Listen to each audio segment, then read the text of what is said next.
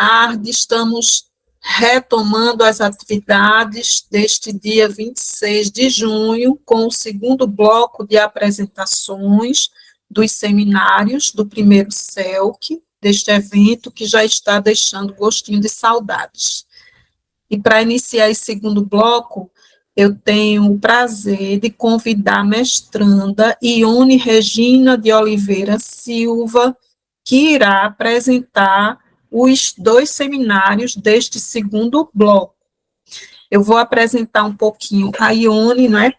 Ione Oliveira, ela é mestranda do programa de pós-graduação do projeto UFRPE, possui graduação em terapia ocupacional pela Universidade Federal de Pernambuco, é graduada em pedagogia pela Universidade Anhanguera, é pós-graduada em educação especial e inclusiva, atualmente é professora técnica educacional na Secretaria de Educação e Esporte de Pernambuco e atua nos eixos de acessibilidade, direitos, inclusão, adaptação, flexibilização curricular de estudantes com deficiência, possui experiência em atendimento terapêutico ocupacional, atendimento educacional especializado, Libras, surdez e ensino. Pesquisadora na área de aprendizagem, metodologias ativas para alunos neuroatípicos e eficácia docente, integrante do projeto de pesquisa docente em diversos âmbitos em práticas didáticas e formadora na editora Espiral, vencedora do prêmio Professor Nota 10. Parabéns, querida Ione, pelo currículo. E aí eu vou pedir para você apresentar as nossas queridas palestrantes desse segundo bloco. Fica à vontade, tá, Ione? Eu quem agradeço, boa tarde. Sejam todos bem-vindos novamente para esse segundo bloco e com prazer apresento a próxima palestrante, que é a Priscila Virgínia dos Santos. Priscila é mestranda em Análise Literárias Culturais e Histórica no Programa de Pós-Graduação em Estudos da Linguagem da Universidade Federal Rural de Pernambuco, o PROGEL. Licenciada em Letras e Língua Portuguesa e Língua Espanhola pela Universidade Federal de Pernambuco, UFPE, e bacharel em Comunicação Social, com ênfase em jornalismo pela Pontifícia Universidade Católica de Campinas, PUC Campinas.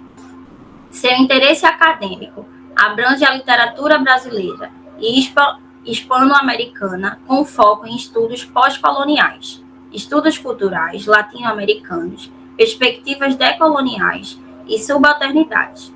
Seu trabalho reflete um compromisso com análise crítica e valorização das vozes subalternas na literatura e na cultura.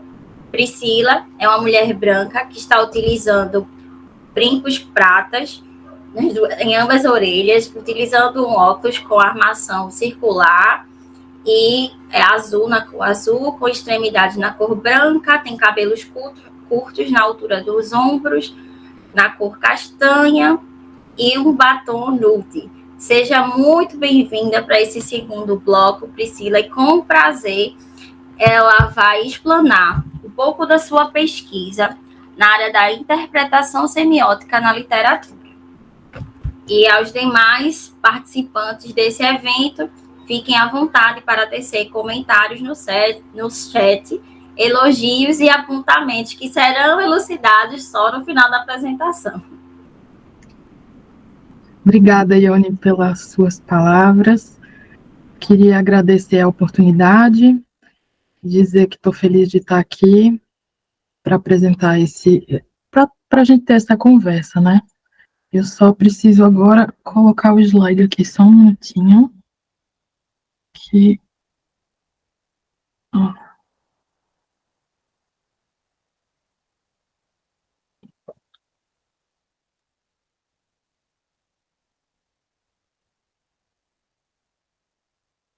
Já dá para ver? Sim. Tá em tela cheia? Deixa eu... Aqui.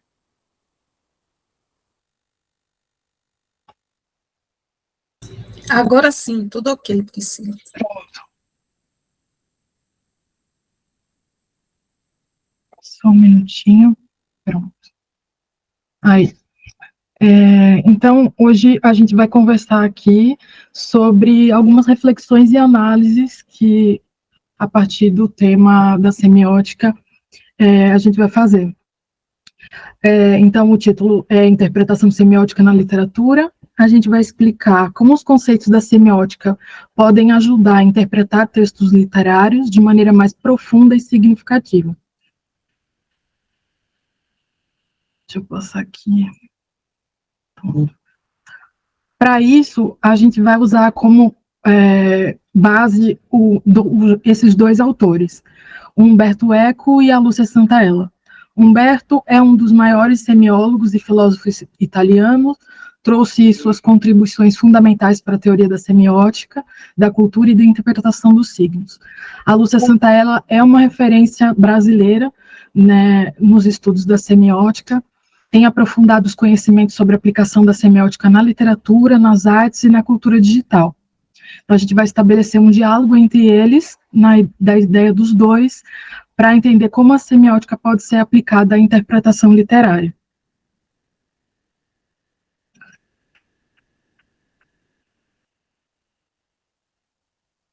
Eco e Santaella, então, abordam os conceitos de signo e os processos de comunicação. Eles vão enriquecer, então, a nossa compreensão das obras literárias. Vamos seguir para uma análise mais detalhada das contribuições teóricas de cada um deles. Então, eu começo aqui pela Santaella, e ela traz no livro O que é Semiótica, um pouco de uma explicação mais didática. Ela começa por dizer que, quando vamos tratar da ciência dos signos, ela faz a piadinha de que não é o signo do horóscopo, né? Então, para fundamentar a nossa discussão, a gente precisa primeiro entender o que é semiótica. É a ciência que estuda os signos e os processos de significação e comunicação. Em outras palavras, ela vai investigar como os significados são criados e compreendidos através dos signos. O termo semiótica tem origem no grego semion, que significa sinal. Essa ciência se divide em 3 ramos principais: a semântica, que vai estudar o significado dos signos, a sintática, as relações entre os signos, e a pragmática, que explora as relações entre signos e seus intérpretes. A semiótica tem aplicações em diversas áreas, como a literatura, artes visuais, publicidade, comunicação de massa e cultura digital. Na literatura, por exemplo, ela nos ajuda a decifrar os significados profundos dos textos e a entender as intenções dos autores. Nas artes visuais, ela vai analisar como as imagens vão comunicar as mensagens. Na publicidade, ela é usada para compreender como as campanhas e mensagens midiáticas vão influenciar o público. E na cultura digital, ela nos ajuda a interpretar os novos signos que surgem com o avanço da tecnologia e das redes sociais.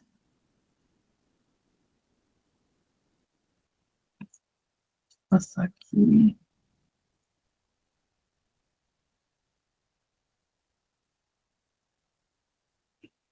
Para aprofundar, então, a gente vai tratar do tema das matrizes da linguagem. A Lúcia, então, vai descrever 3 matrizes como fundamentais: a verbal, a visual e a sonora. A verbal engloba textos escritos e discursos orais que usamos para comunicar ideias através das palavras. A matriz visual vai incluir as imagens, o design gráfico e elementos que comunicam significados por formas, cores e composições. Já a sonora envolve música, efeitos sonoros que utilizam para transmitir emoções e informações. Já no ambiente digital, essas matrizes frequentemente são combinadas.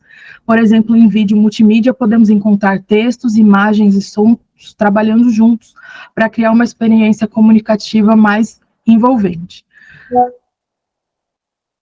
As apresentações interativas também fazem uso dessa convergência, combinando os diferentes tipos de linguagem para facilitar a compreensão e o engajamento. Essa integração das matrizes verbal, visual, sonora no ambiente digital cria novas formas de expressão e comunicação, permitindo que mensagens mais complexas sejam transmitidas de maneira mais eficiente.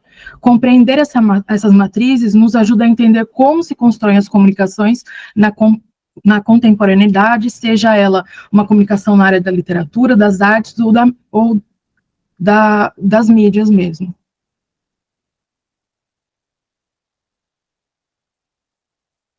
E aí a Lúcia também traz, nos estudos dela, um artigo que ela vai trabalhar a convergência das artes e da comunicação. Só um minutinho, que eu estou com um probleminha técnico aqui.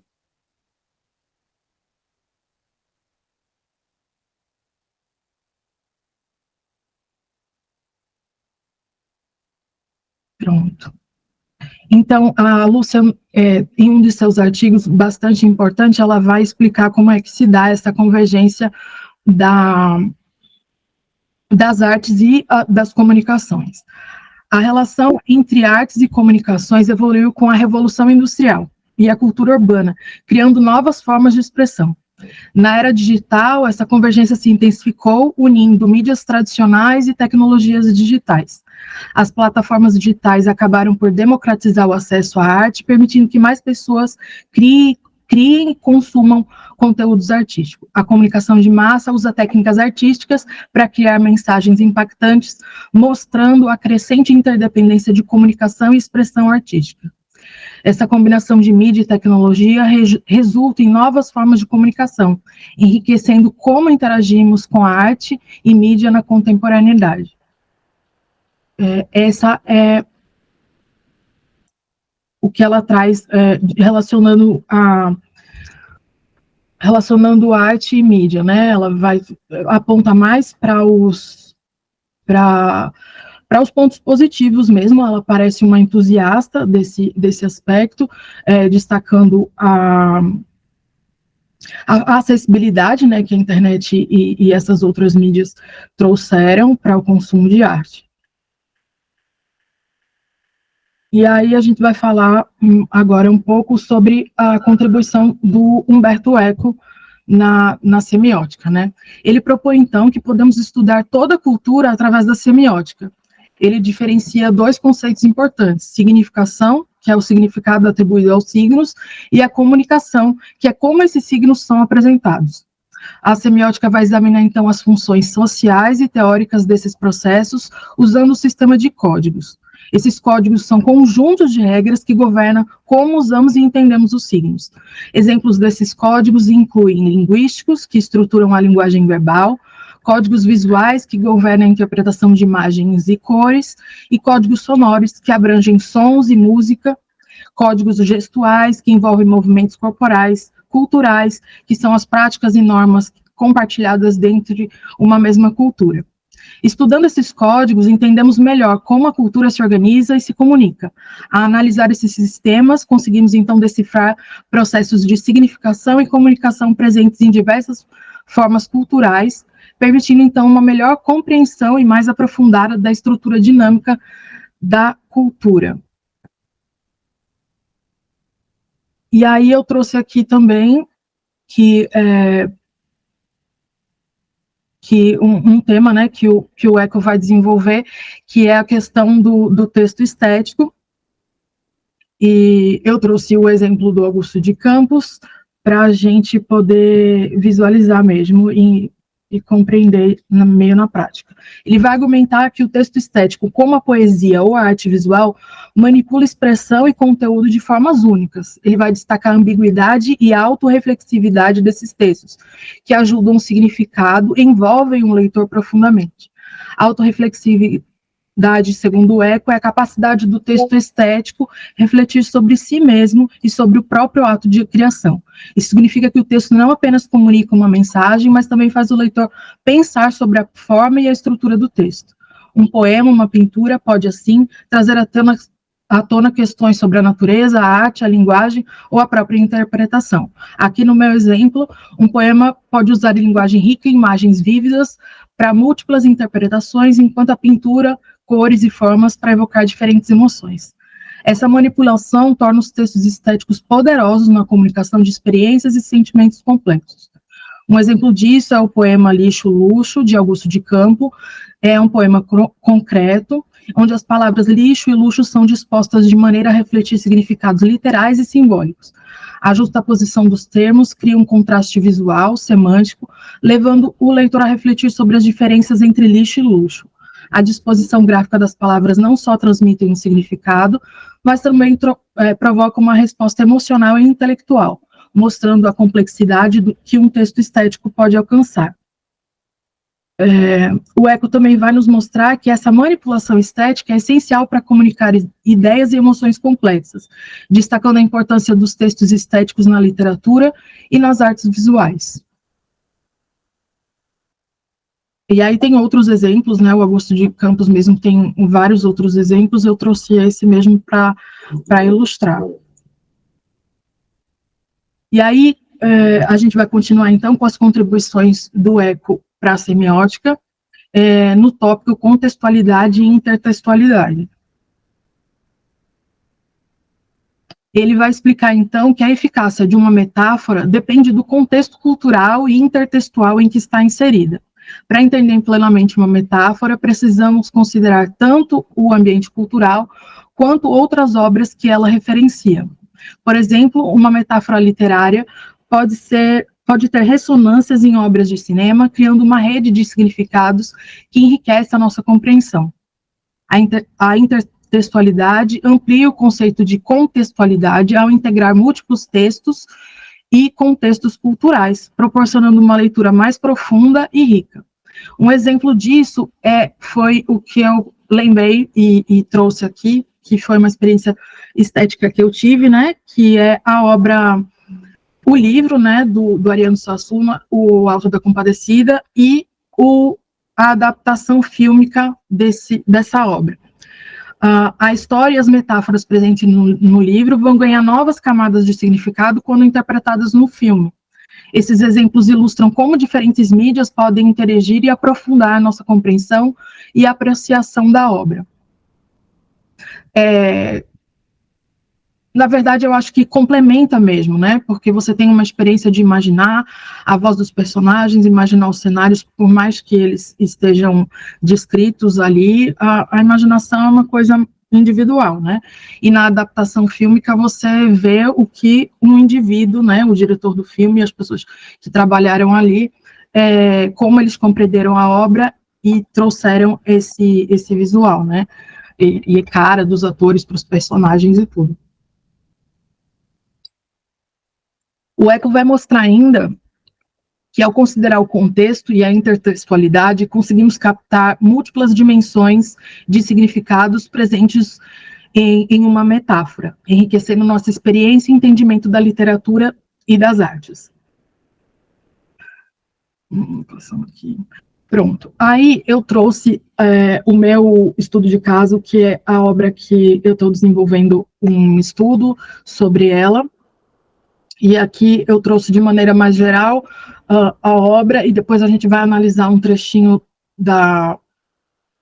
do livro a partir desses conceitos que a gente trabalhou até agora aqui, né? Que o Humberto Eco e a Lúcia Santaella proporcionaram para a gente conseguir fazer essa análise. O Som do Rugido da Onça, então, é um estudo de caso com esse livro, né, da Micheline Verunsky. Então, em 1817, os exploradores Spix e Martius chegaram ao Brasil e, após 3 anos e 10 mil quilômetros de expedição, voltaram a Munique com um relato detalhado de 2 jovens indígenas, Inhê e Juri, que morreram pouco após chegarem à Europa. Esse romance destaca as histórias dessas crianças indígenas e conecta os eventos do século XIX ao Brasil contemporâneo através da personagem Josefa. Essa Josefa vai descobrir lacunas no passado e ver na imagem de Inhê, numa exposição, que leva a explorar a própria identidade e a história. O livro vai abordar temas como memória, colonialismo, pertencimento e uma visão de resistência e identidade cultural dos povos indígenas. Vamos analisar, então, como Verunsky utiliza a semiótica para comunicar essas ideias na obra e como essa obra vai dialogar, então, com os conceitos de Eco e Santaella que a gente trabalhou até aqui. Eu não sei se todo mundo conhece, mas Micheline Verunsky é uma escritora pernambucana que reside em São Paulo. E essa obra é de 2021. Ela ganhou alguns prêmios também com essa obra. Eu quis trazer um pouco da temática do livro para a gente entender melhor e passar para a análise depois. Trata-se, então, de uma obra complexa, reconhecida por profunda pesquisa histórica e uma prosa poética. É importante destacar que a Micheline escreve prosa e poesia, e ela é formada em história. Então, esse livro, ele traz essas 3 faces da Micheline, né? Que é esse interesse por pesquisa histórica, a prosa dela é recheada de poesia.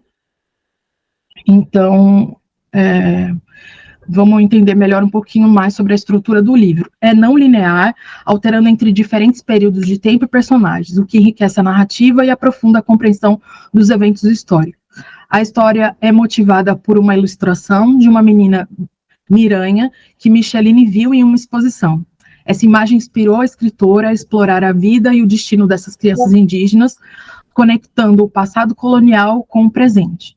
A narrativa aborda temas como memória, colonialismo, pertencimento, oferecendo uma visão crítica sobre a resistência e a identidade dos povos indígenas. Vamos, então, analisar detalhadamente como a estrutura e os temas da obra contribuem para a sua profundidade e impacto. Olha só, a Micheline foi a uma exposição, se não me engano, foi no MIS, em São Paulo, e lá estavam tratando do tema do Spix e do Márcios, que foram cientistas que vieram para o Brasil estudar o povo Miranha, e levou 2 crianças embora, como se isso fosse, né? E ao ter o contato com essa história e ver o rosto dessa pintura, né, que um deles, acho que foi Márcios, pintou, a menina indígena que ele levou, a Inhê, né, que na verdade, então, a Micheline vai misturar a ficção com a realidade. Inhê é o nome que ela deu, que a Micheline deu, e para contar essa história para a gente, porque ela ficou muito impactada de como é que uma pessoa é tirada do seu território, da sua família, para viver uma realidade que ela não tinha contato nenhum, né? E tudo isso em nome da ciência, né? São muitas camadas. Mas aí, o que acontece? Eu peguei um trecho para a gente analisar, que é o trecho onde o rio, quando esses 2 cientistas, então, vão levar as 2 crianças para a Europa, eles têm que percorrer um trecho de barco, de canoa, e na obra o rio ele tem vida, né? E é exatamente a voz do rio que a Micheline vai trazer aqui de forma revoltada, porque ele está vendo a dimensão, o rio está vendo a dimensão dessa violência de retirar as crianças, e meio que ele entende o que vai acontecer com elas nesse processo todo. Então, eu vou ler aqui o trecho. Vamos impedir, nossas águas revoltosas vão impedir. Os troncos de madeira rolando pelas águas vão impedir. Os piuns já se ajuntam, vão impedir, nossa gente não sabe chorar. Trovejar da minha língua, vamos impedir. Toda a arte de vocês é a criação da morte, vamos impedir. Nós a exibimos nossa plumagem, nossa tristeza, nossas cores e nossa selvageria. Sabemos lutar, cuidado. As arbatanas de água também mordem, vamos impedir. Então, aqui, você percebe que... Só um minutinho, deixa eu beber um pouquinho de água. Ela vai usar, nesse trecho, a Micheline muda completamente a narrativa. Ela vai usar esses colchetes invertidos. É como se ela, na página mesmo, fizesse... Eu devia ter escaneado a página para botar aqui, mas é como se ela pausasse mesmo a narrativa para o rio poder falar. E a voz do rio também é outra, comparado ao que vinha sendo feito até aquele momento. Para análise semiótica, então, esse trecho está na página 39, Vemos, então, um apelo claro à resistência e à proteção dos elementos naturais e culturais dos povos indígenas. A repetição da expressão "vamos impedir" cria um ritmo de resistência contínua, destacando a determinação em defender suas terras e tradições. As águas revoltosas, troncos de madeiras e zarabatanas de água evocam uma forte conexão com a natureza que é central para a identidade indígena. A referência às plumagens, cores, selvageria simboliza a rica diversidade cultural e a força inerente dessas tradições. A expressão trovejar da minha língua sublinha a importância da língua como um componente vital de identidade cultural e de resistência. O uso dos colchetes também em nós enfatiza a coletividade e a união do povo indígena na sua luta contra a opressão. A estrutura gráfica do texto, com os colchetes invertidos e a disposição das palavras, que cria um poema visual que destaca a coesão e a determinação do grupo. Essa apresentação intensifica, então, o impacto emocional e intelectual do texto. Vemos que utiliza elementos semióticos para comunicar a luta, a resistência dos povos indígenas de maneira mais multifacetada. E, através dessa análise, podemos ver como a autora se conecta a narrativa histórica ao presente, ressaltando a importância da preservação cultural e da identidade. E é importante destacar, então, que como no meio do romance, né, a gente vai ter um poema visual, a gente vai ter uma forma diferente de tratar os temas e no contexto ali, já adiantar um pouco do que vai acontecer no final. Era isso, mas eu tentei trazer um pouco para o que eu estava estudando. E aí a gente já trabalhou, então, os fundamentos teóricos da semiótica, a convergência entre arte e comunicação, a teoria semiótica com a ajuda do Eco, a discussão sobre o texto estético, que aí a gente trouxe como exemplo Lixo e Luxo, e o estudo de caso da obra O Som do Rugido da Onça. E é isso, gente. Priscila, querida, que profundidade na sua leitura. Você apresentando e a gente fica assim, né? Nessa imersão, nessa prosa poética. Parabéns, querida, pela articulação, teoria e a prática da análise literária, pela conexão dialógica que você fez com seu objeto de estudo, né? E por aprofundar a leitura com esses dois autores que dialogam nesse campo de uma leitura numa perspectiva semiótica. Muito bom, parabéns. Ione, querida, fica à vontade para você. Ione. Olá, Priscila. Reitero as palavras da professora. No chat, só elogios. E eu queria, assim, destacar a sua leveza em explanar um assunto tão complexo. Mas parecia ser tão simples, mas ela trouxe tantos detalhes de forma organizada, concisa. E eu acredito que alcançou várias pessoas aqui na sala hoje. Então, só queria parabenizar a sua clareza em elucidar temas tão complexos. E também por trazer toda essa trajetória, a escolha do aporte teórico. Sou suspeita em falar em Santa Ellen Érico, uma vez que estou estudando bastante para minha dissertação, mas o seu toque foi fundamental para essa tarde. Para mim foi um presente a sua fala. Muito obrigada, Ione, obrigada mesmo. Que responsabilidade, né? Você está estudando o tema e eu vim trazer aqui. Foi maravilhoso. E no chat tem vários elogios para ti também. Há um excelente exemplo em relação a obra que você traz do Lixo Luxo. Tânia falou, logo meu filme preferido, te amo, cara. Quando você trouxe esse recorte do Alto da Comparecida. Ivanda também comenta, muito bom.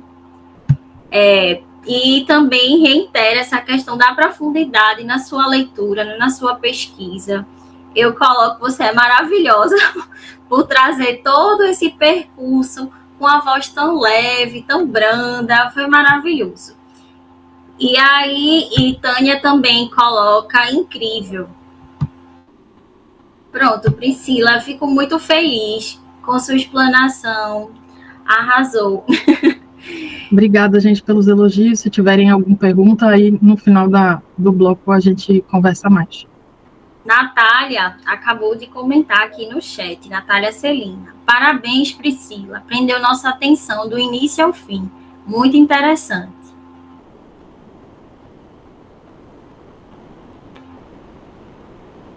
Posso convidar a segunda palestrante? Sim, Ione. Então, finalizando esse primeiro bloco de forma tão leve, branda, trazendo um verdadeiro deleite literário, apresento a segunda palestrante. Tá, vou pedir uma pausa, um parêntese para o comentário de Jaqueline Torres sobre você. Exposição de suas pesquisas. Então, trazendo esse contexto literário de forma branda, leve, apresento a segunda palestrante, a Tuane. Tuane, ela traz um currículo de forma diferenciada, em forma de história. Tuane de Almeida Matos, seja bem-vinda para tecer sua explanação teórica. Tuane já se encontra na tela. Ela tem pele clara, está com o microfone fechado, utilizando uma camisa de gola alta na cor vinho e um headphone preto nos ouvidos. Tuane gostaria de pedir licença para contar a sua história. Estudante de escola pública, privada, pensou no que mais gostava e lembrou do seu professor de espanhol, querido, e do seu quadro de giz que possuía em casa. Ensinava bonecos ao pouco que sabia, e sentia bem assim. Decidiu, então, pela licenciatura, e mesmo com a correria de trabalho, que já iniciou aos 17 anos, numa escolinha de bairro, cursou a primeira graduação em Letras Língua Espanhola na Universidade Federal de Pernambuco, em 2016. Ministrando aulas de português, sentiu a necessidade de uma segunda graduação, onde cursou na Universidade Federal Rural de Pernambuco, finalizando em 2022 o curso de Letras. Possui especialização em língua portuguesa e literatura, e pedagogia, como também pedagogia e inovações tecnológicas pela Universidade Única de Ipatinga. Também possui especialização em educação, teatro, música e dança pela Universidade Única de Ipatinga. Professora de língua portuguesa e outras disciplinas no Centro Educacional ABC e leciona na Rede Estadual de Pernambuco através da Secretaria de Educação e Esportes de Pernambuco. Tem experiência em ensino de língua portuguesa e espanhola, ministrando aulas no pré-vestibular da UPE, o PREVUP, e também no programa de línguas da UFPE e no programa Ganha o Mundo. Atualmente, uma docente com licença é pós-graduanda do PROGEL e volta aos seus estudos nos elementos da narrativa, do cronotopo, regionalismo, neorregionalismo, tentando também se equilibrar nas diversas áreas da vida. Então, Tuane, seja bem-vinda para explanar a sua pesquisa, fique à vontade. Reitero que quem quiser se sentir à vontade, se posicionar, pode estar tecendo comentários aqui no chat. No final da apresentação, a gente pode estar abrindo para um espaço para tirar dúvidas.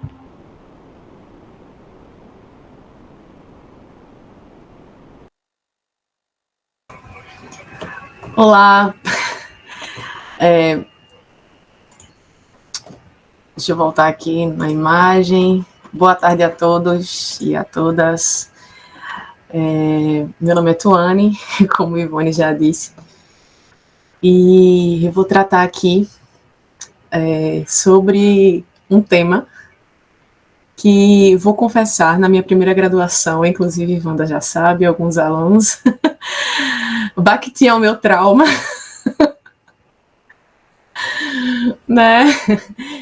E eu ganhei livro de Bakhtin e eu dei de presente porque quando eu iniciei a graduação, eu não entendia.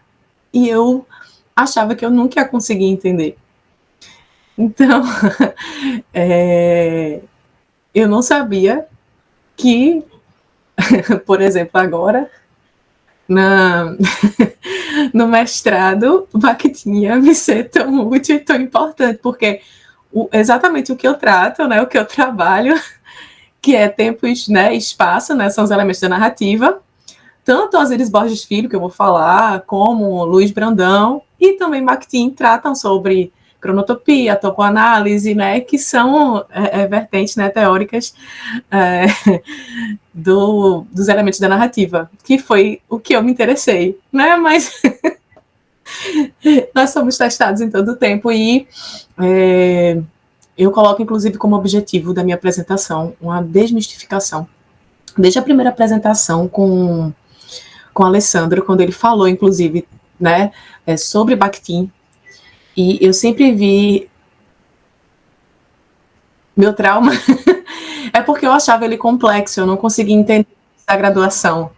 E aí, depois de um tempo, um bom tempo, eu consegui desmistificar, estou desmistificando, né, essa questão da complexidade, né, das teorias de Bakhtin, inclusive do cronotopo, né? E eu vou trazer para vocês algumas reflexões de maneira simplificada. O baque é grande, é verdade. De maneira simplificada e resumida, porque, como eu tive que ler questões de literatura estética e teorias do romance, né, a gente vai ver aqui que eu tive um aporte teórico um pouquinho extenso. Vocês estão conseguindo ver de maneira aberta? Já está expandida? Ainda não, a gente está visualizando bem. Agora está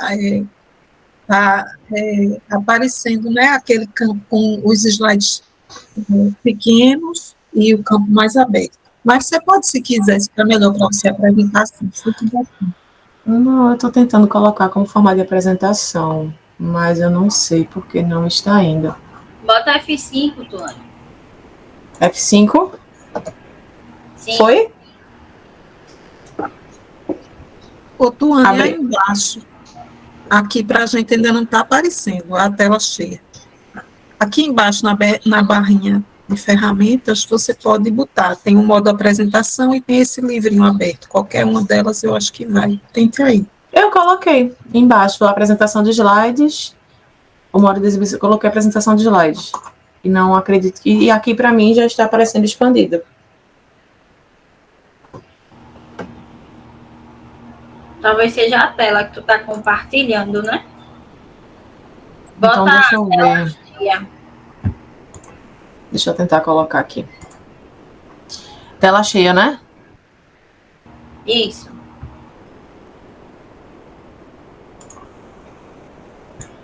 E agora?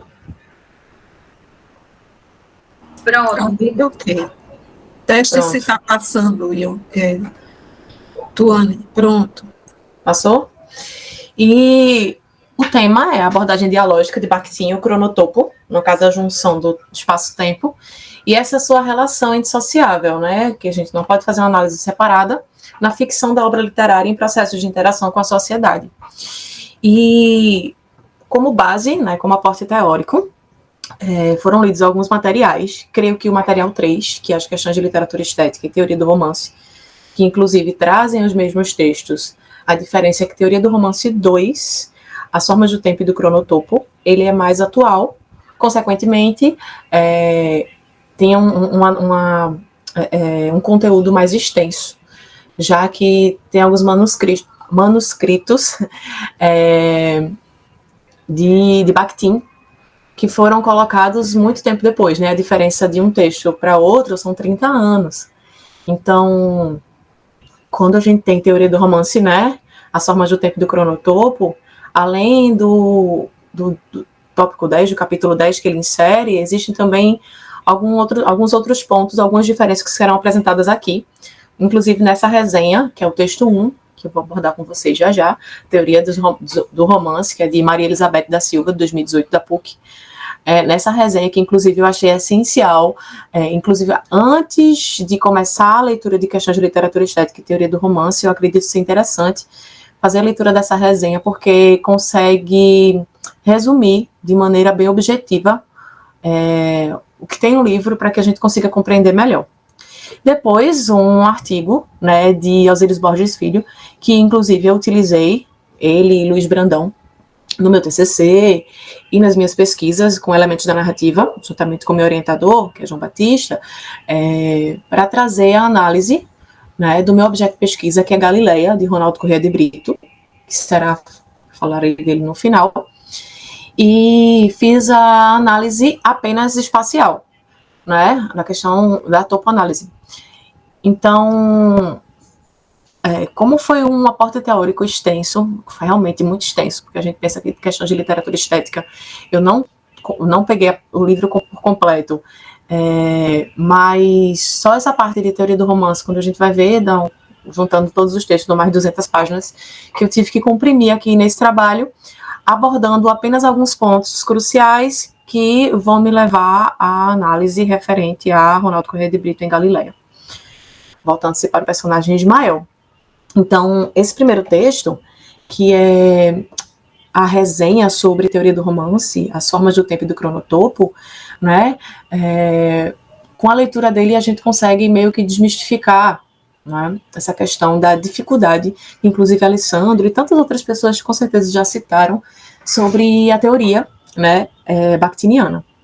Então, esse conjunto de obras que a gente está vendo aí, que é Teoria do Romance 2, é um conjunto, um tomo de obras que foram sendo publicadas, e esse segundo volume, que é traduzido por Paulo Bezerra. Paulo Bezerra, ele é da USP, ele é tradutor, ele é docente, pesquisador e crítico da USP, e ele é um professor que possui grandes estudos, deixa eu só olhar o tempo aqui, sobre Bakhtin. Então, quando ele faz essa tradução, né, inclusive melhorada, de questões de literatura estética, porque em questões de literatura estética existem trechos que estão em francês, já nessa obra mais atualizada, os textos já estão traduzidos para o português. Então, ele faz com que essa tradução ela seja mais fiel, né, às teorias bakhtinianas. E essa obra, ela tem o objetivo de introduzir o conceito de cronotopo literário, que é uma metáfora assimilada das ciências exatas, né? Fiorin até tem um trecho de Fiorin que ele fala que o criador do cronotopo é Bakhtin, que na verdade não. Ele faz uma assimilação de um conceito, né, de cronotopo da teoria da relatividade de Einstein, né, e que eu acredito que é de Einstein, não me recordo perfeitamente agora, e ele traz de maneira metafórica esse conceito, de Einstein, né, professora? Ele traz esse conceito de maneira metafórica para a literatura, né? E esse cronotopo literário, ele é compreendido como espaço-tempo real assimilado pela literatura. E esse conceito, ele permeia vários, né, artigos de análise sobre o autor, já que ele é o fundante quanto ao processo desse conceito. Então, a gente vai ver esse conceito de espaço-tempo real assimilado em vários textos, quando a gente fala sobre cronotopo em Bakhtin. E esse ensaio, né, de Bakhtin, ele é construído em 2 momentos. Então, ele é construído, né, com a parte principal, né, que é mais encorpada, creio que em 1937 e 1939. E aí ele foi exilado, e em 1973, 2 anos antes de morrer em Moscou, inclusive, né, ele tinha sido exilado nesse momento do governo stalinista, ele revisa o manuscrito e inclui o capítulo 10, e o capítulo 10 ele tem por título Observações Finais, que traz muita coisa importante. Ele revisa tudo, inclusive ele até diz né, que pode ser algo corrigido, que ele pode corrigir esses conceitos. Eu acho isso até humilde da parte dele, né, pode ser, o texto que eu escrevi, inclusive, ele pode ser modificado, pode ser corrigido. E ele traz, inclusive, novas vertentes, né, quanto à tipologia cronotópica. Eu acho interessante de Bakhtin é que ele tenta não ser tão limitador, que eu apresento isso, inclusive, mais à frente, né, sobre sempre apresentar novas tipologias cronotópicas. E deixa eu ver se tem algo mais importante nesse ponto.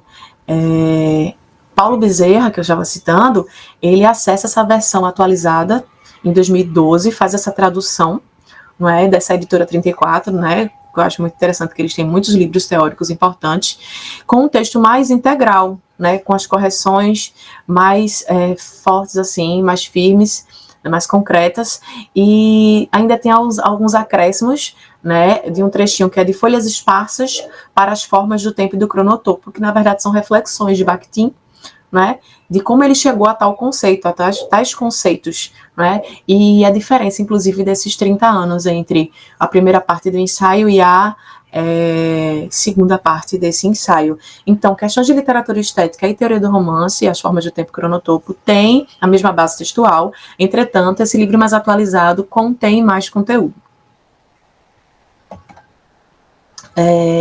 E aí ele apresenta nessa resenha algumas mudanças no sumário, que foram feitas algumas terminologias, né, para se aproximar mais da versão original. E aí, como eu falei, são 30 anos de intervalo entre uma publicação e outra, né, e a gente precisa entender também a influência da temporalidade no surgimento desses cronotopos, né, que se correlacionam com o espaço real e o espaço atual. No texto 2, a gente tem esse artigo de Bakhtin, o cronotopo. Se eu estiver falando muito rápido é porque o tempo é curto e são muitos slides e é muito conteúdo. Mas calma, pode falar devagar, porque também nós não nasces. Desculpa aí, gente, se eu estiver falando muito rápido. Mas no texto 2, eu tentei resumir em alguns tópicos. A gente tem Alcides Borges Filho, né, que trata essa questão do Bakhtin, o cronotopo. Ele faz uma análise crítica, inclusive, que eu concordo com ele em diversos pontos. Deixa eu passar aqui rapidinho, depois eu volto. A proposta de Bakhtin, ele leva a proposta de Bakhtin sobre a teoria do espaço-tempo a um nível superior. Ele quer aí ter como objetivo do artigo trazer para um ambiente mais superior essa teoria do espaço-tempo. E o autor, né, que no caso é Borges Filho, acredita que existe um processo de estagnação quanto às discussões, né? Ele acredita que as discussões elas podem ser mais contínuas, mais frequentes, e ele traz também um sumário, né, das categorias analíticas que estão presentes nos questões de literatura estética mais à frente, que eu pontuei em alguns slides. Ele faz a análise, por exemplo, do cronotopo em O Romance Grego, Apulei e Petrônio, Biografia e Autobiografias, e tantos outros, né? E na teoria literária, ele fala que Bakhtin foi o primeiro, né, a propor a ideia do espaço-tempo indissociável. No caso, não uma análise separada, né, mas que eles estão em conjunto aí, trabalhando em conjunto. E as considerações que eu trago aqui, né, as pontuações que eu trago sobre ele, as citações, apesar de ter sido o primeiro a trazer tal conceito para os estudos literários, cumpre salientar que as relações espaço-tempo estavam na ordem do dia nos anos 20. No caso, ele está falando aí que já se discutia sobre espaço-tempo, mas não da forma como Bakhtin apresentou essa discussão. Em sua apresentação, Bakhtin começa pela afirmação de que a literatura assimilou de maneira complexa o tempo e o espaço, bem como o indivíduo histórico que se revela nessas duas categorias. Afirma ainda que cada sociedade, dadas suas condições históricas, assimilou parte dessa realidade e forjou gêneros textuais de acordo com essa assimilação. E é um ponto importante, não é? Que se surgem, por exemplo, na atualidade, né, com a evolução tecnológica, novos gêneros textuais, e o cronotopo e os gêneros textuais estão interligados, significa que surgiram novos cronotopos, novas tipologias cronotópicas. Então, os estudos sobre cronotopia, eles não podem parar, não é?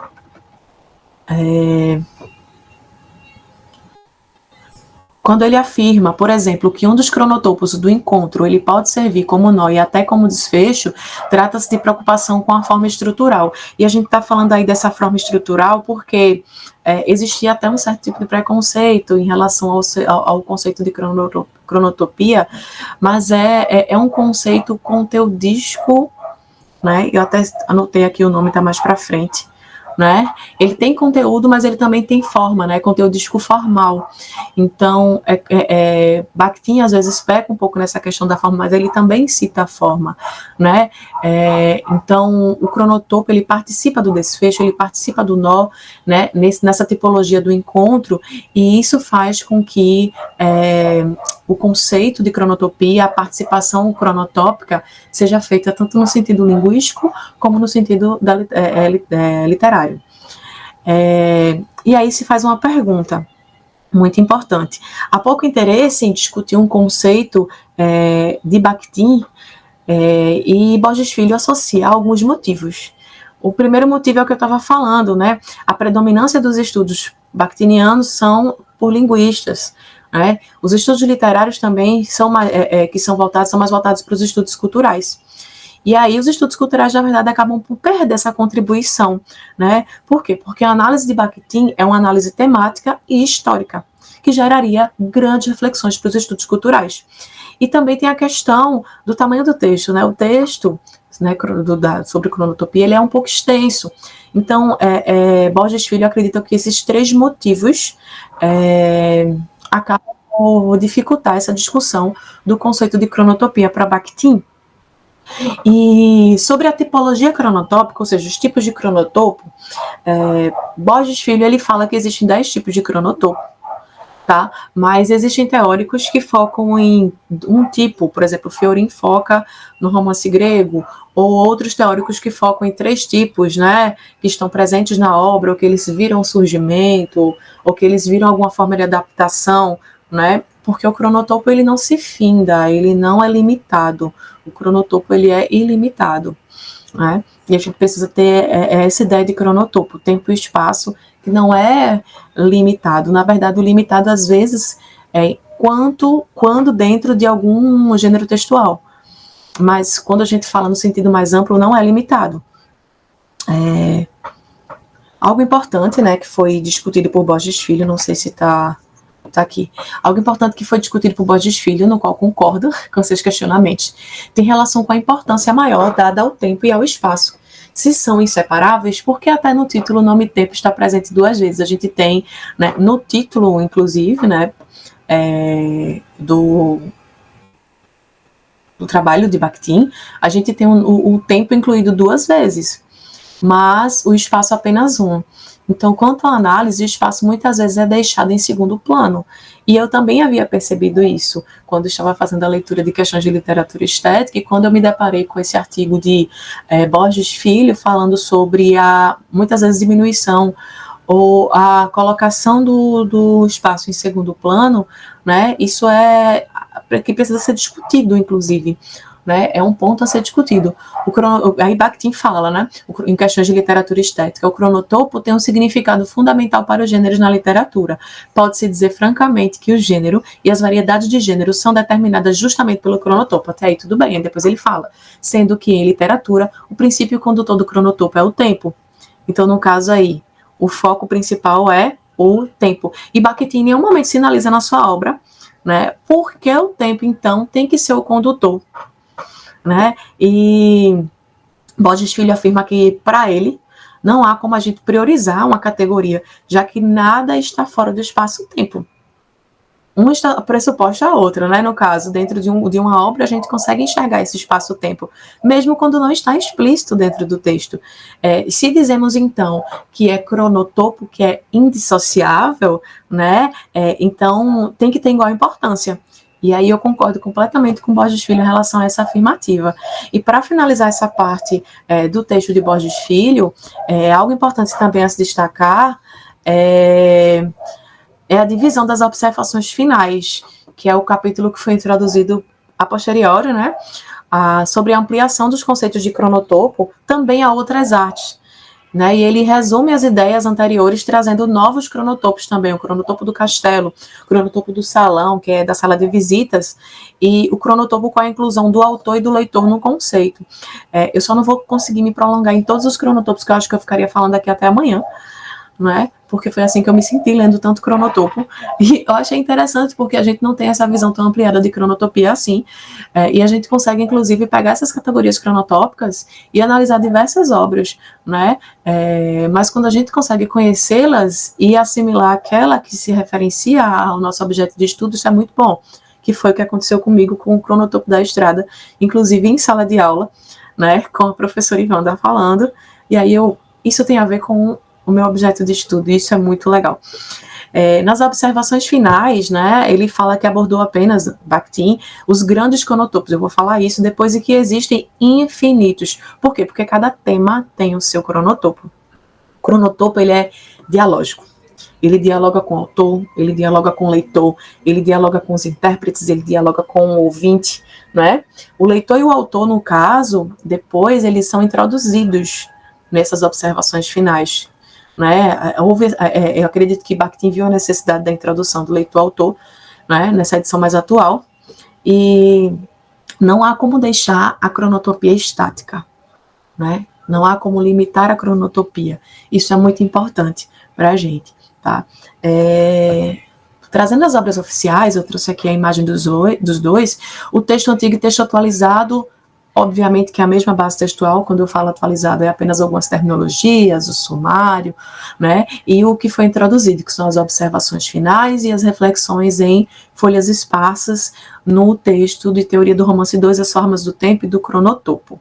Tá? Lembrando que muitos textos de Bakhtin, né, na verdade, muitas obras puxam alguns conteúdos parecidos, semelhantes, obviamente. Então, alguns textos a gente vai ver, inclusive, nos artigos, fala-se muito sobre isso, essa questão de que em alguns textos de Bakhtin há terminologias, há trechos semelhantes.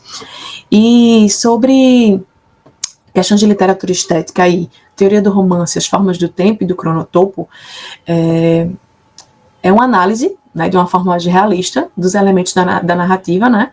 E aí, no caso, é uma análise de uma forma que não se separa, né? Quando eu estudei, inclusive, elementos da narrativa, nós vimos de forma separada, né? Aprendendo sobre enredo, personagem, espaço, tempo e foco narrativo, e inclusive com Osíris Borges Filho e Luiz Brandão, que tratam sobre essa questão da topoanálise, mas Bakhtin traz uma visão completamente diferente, não é? Dessa questão da análise espacial.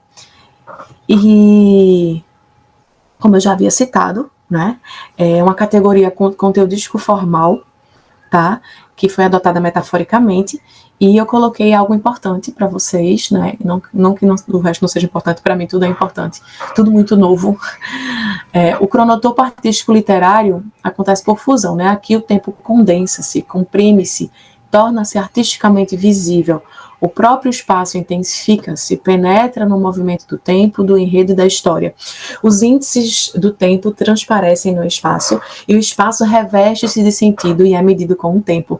E eu achei isso tão poético e faz todo sentido, não é? A gente consegue perceber a conexão espacial e temporal, inclusive quando a gente vai fazer o processo de análise, né, da obra. Por exemplo, quando a minha obra, que é o meu objeto de estudo, de análise, que é Galileia, de Ronaldo Corrêa de Brito, temos 3 personagens principais, cada um com a temporalidade completamente diferente, espaços completamente diferentes. Então, a gente precisa entender essa questão da junção do espaço-tempo como algo importante para a nossa análise literária.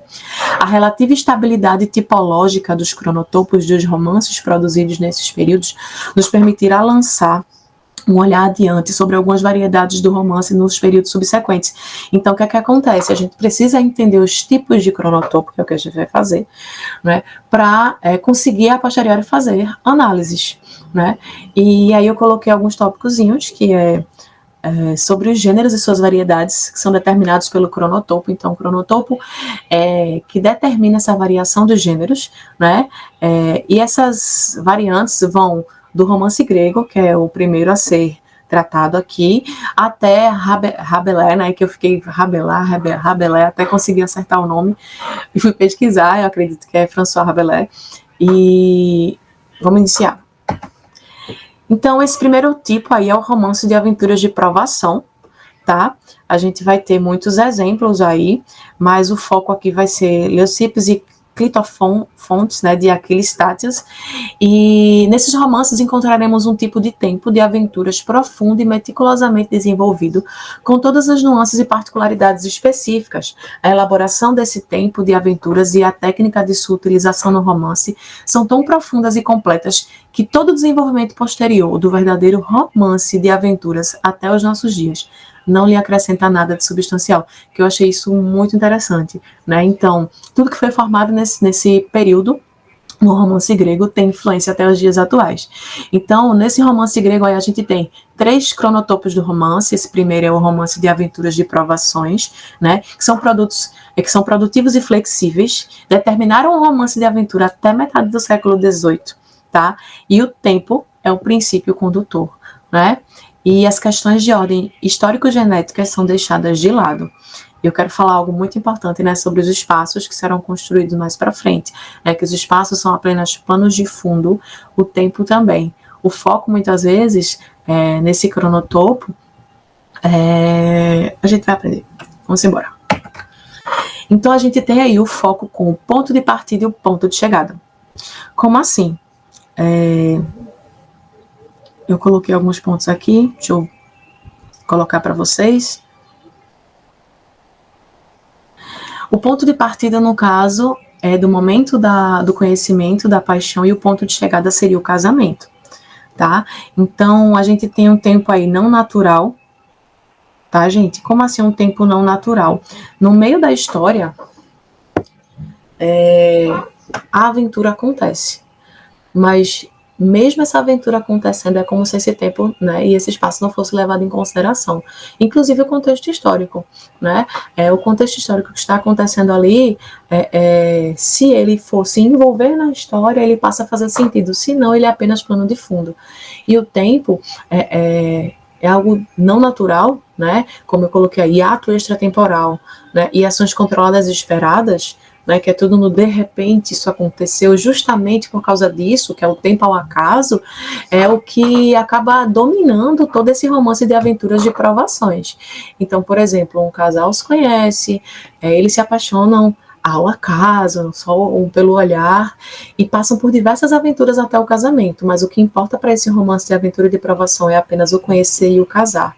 A história do meio não vai fazer eles ficarem mais velhos, não vai fazer com que esse amor mude, não, tá? Existe uma forma estática, né? Ele não muda. Deixa eu ver o que eu vou falar mais para vocês.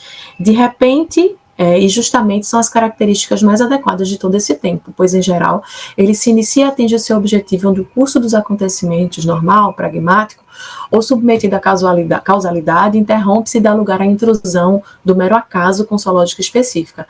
Essa lógica é uma consistência casual, isto é, concomitância fortuita e ruptura casual, ou seja, não concomitância fortuita.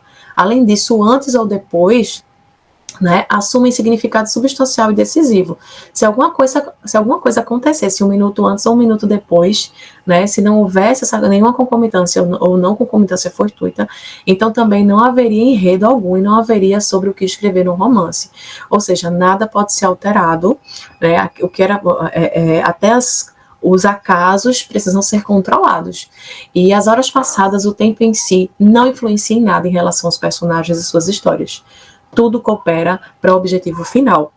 Então, a gente tem aí as motivações cronotópicas, tá? Essas motivações cronotópicas por exemplo, o motivo do encontro, que pode ser um motivo positivo e um motivo negativo, acontece dentro de um espaço e de um tempo, podendo ter um encontro ou não. E aí a gente começa com a citação do cronotopo da estrada, né? No caso desse cronotopo das estradas, a estrada está aqui, mas vias paralelas acontecem a história.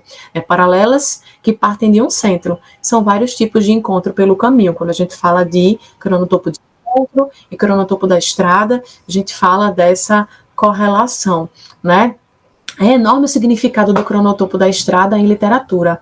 Rara é a obra que passa sem certas variantes do motivo da estrada, e muitas obras estão francamente construídas sobre o cronotopo da estrada, dos encontros e das aventuras que ocorrem pelo caminho. Obviamente que, por exemplo, se eu for fazer uma análise do cronotopo da estrada no romance grego e no neorregionalismo, né, na literatura contemporânea, a gente sabe que a análise pode ter até similaridades, mas são diferentes, né? A gente tinha um texto mais estático, em que o espaço era plano de fundo, e na literatura contemporânea a gente tem espaço até como personagem, né? Então, a gente precisa entender essas diferenças. Espaço e tempo como pano de fundo, como eu havia falado, e a gente tem a questão da imagem do homem também. O homem, ele é passível e imutável. Do mesmo jeito que ele se apaixona pela mulher no início, ele está do mesmo jeito até o final. E ele é privado de qualquer iniciativa, apenas o sujeito físico da ação. Né? Sua ação se reduz a um momento obrigatório no espaço. O movimento fornece as unidades de medida cronotópicas para o romance. O destino é quem conduz, mais uma vez o acaso, né? E esse romance de provações, ele é o quê? Provações de herói e heroína, né? E essa provação tem a ver com a castidade, com a fidelidade, e esse romance por inteiro é uma provação, até chegar ao final em que todos são felizes. O tempo e o espaço não rompem o linear da história, que apesar dos contratempos, se alinha e se equilibra, voltando tudo ao seu lugar. Ou seja, é tudo muito constante. Por mais que aconteça algum tipo de reviravolta, tudo é para atingir o objetivo final. Porém, aqui é característico que não são os acontecimentos da vida privada que se submetem e se compreendem pelos fatos sociais, mas o inverso, o que eu estava falando. Os acontecimentos sociopolíticos adquirem sentido e significado no romance, graças somente à sua relação com os acontecimentos. Então, se não tiver relação com os acontecimentos, para atingir esse objetivo, então, são apenas plano de fundo. E aí a gente tem... Tuane, desculpa interromper, só para você dar... Eu pedi para você devagar, agora eu estou pedindo para você acelerar um pouquinho, por conta do tempo, querida. Vou acelerar rapidinho.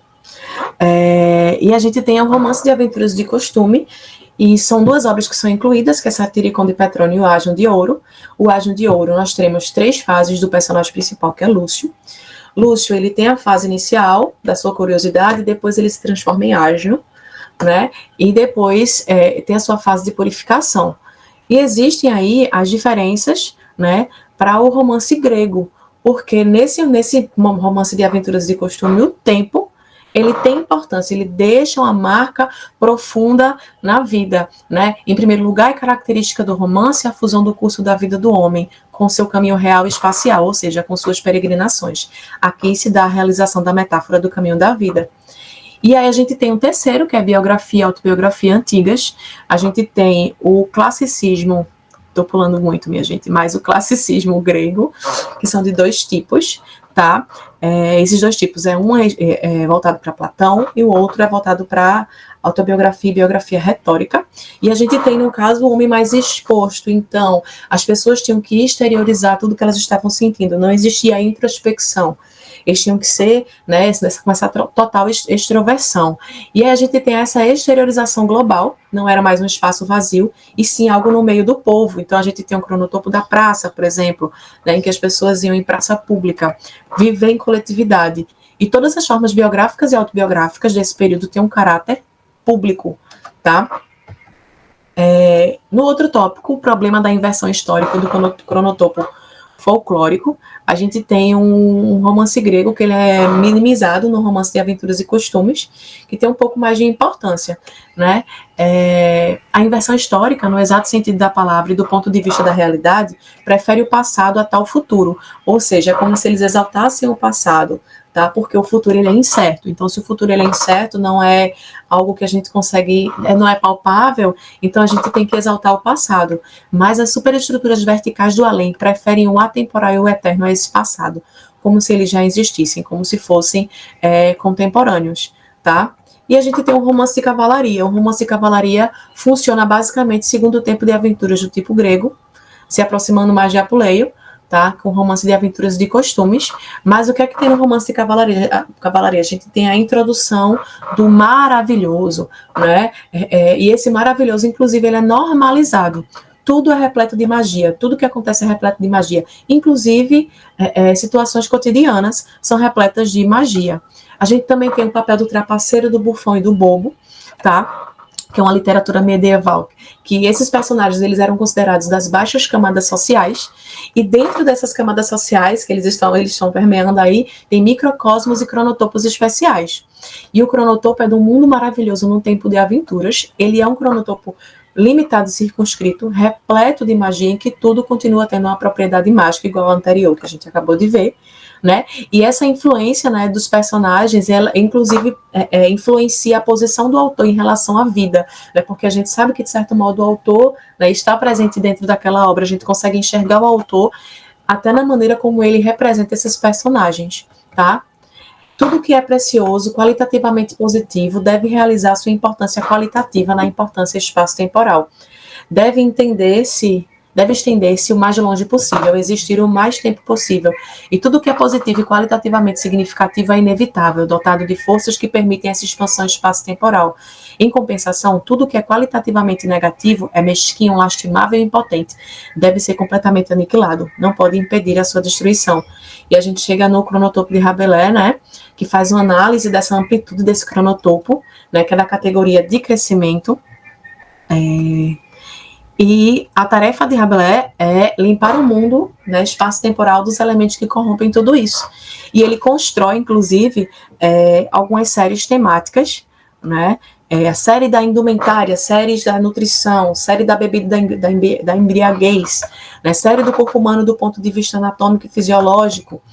E a gente tem os fundamentos folclóricos do cronotopo de Rabelais, que aí eu faço uma pergunta, né, quais são as particularidades principais da forma de tempo?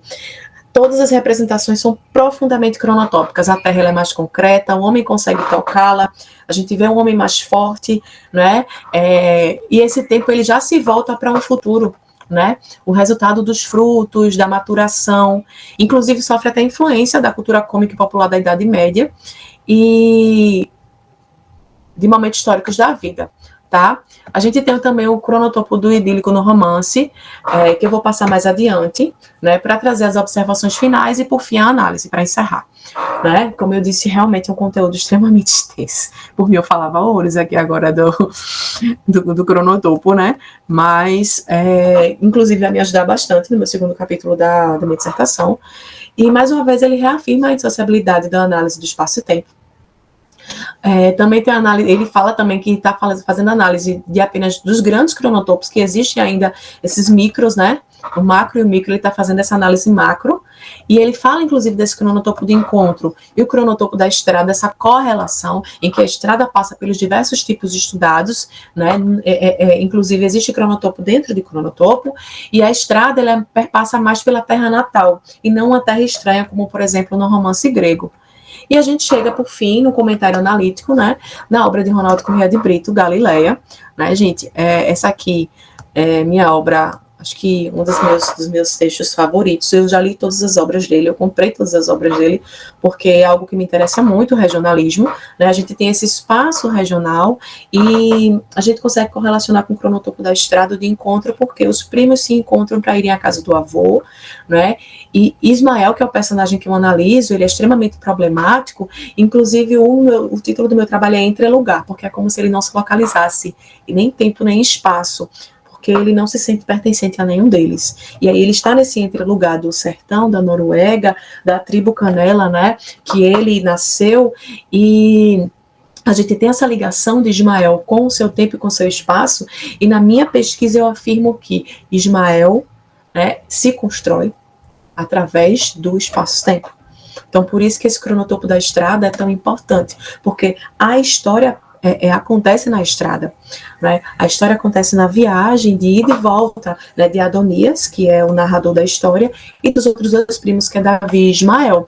Então, a constituição de Ismael é na estrada, né? Eles, na viagem até o sertão, no sertão até a Noruega, da Noruega até o seu retorno ao sertão. Então, quando a gente fala sobre a importância do cronotopo, é exatamente isso, né? A gente tem um Ismael completamente revoltado no início, como a gente viu agora há pouco sobre, inclusive, o Ajo de Ouro, né? Em que Lúcio tem 3 tempos, Ismael é a mesma coisa, ele tem esse tempo inicial, o tempo de transformação e o retorno, né, da purificação, da redenção, inclusive da quase ou morte dele no texto, né, gente? E as considerações finais, ao reconhecermos o conceito e as tipologias cronotópicas, compreendendo a noção de não limitação proposta por Bakhtin diz que a gente não pode limitar o cronotopo, né? E tantos outros teóricos que reconhecem sua importância na construção do romance e das artes no geral, sentimos a necessidade da continuidade dos estudos, já que gêneros e cronotopos se formam de acordo com a historicidade e mudanças sociais. O próprio Bakhtin afirma que seus estudos são amplos e muitos cronotopos estão por vir, perdão pelo erro ortográfico, que possamos continuar a analisar tal categoria narrativa nas diversas manifestações artísticas. É isso, pessoal. Perdão pelo tempo extenso aqui. Parabéns, Ione. Tuane, eu já estou. Ione. Tuane, querida, parabéns pela sua socialização. Que bom que você conseguiu articular também com a sua obra, com o seu corpus literário. E eu fiquei feliz de você, coloquei até no chat, de você reencontrar uma nova leitura na perspectiva bakhtiniana, porque eu acho que esse conceito vai ser muito importante para a tua análise, né, da obra literária, sobretudo essa obra que você pegou. Então, parabéns, muito feliz com os aprofundamentos aqui, a sua leitura atenta, a tua paixão pelo tema, a gente já percebe, né, essa dimensão, e a gente tentou justamente indicar caminhos que fossem favoráveis para que vocês revisitassem suas pesquisas, seus objetos, para tentar, né, fazer esse processo aí de imersão. Muito bom, querida, parabéns. Ione, querida, fica à vontade para a gente finalizar aqui a mediação e essa etapa. Parabéns, Tuane.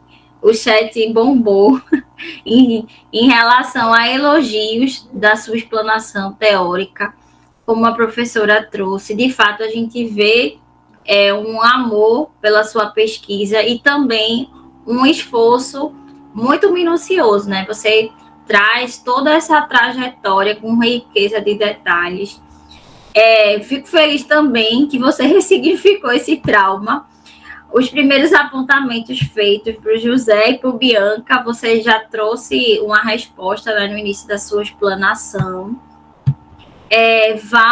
A professora também destaca essa questão o que é estudar Bakhtin, né? Qual é a proporção de estudar Bakhtin?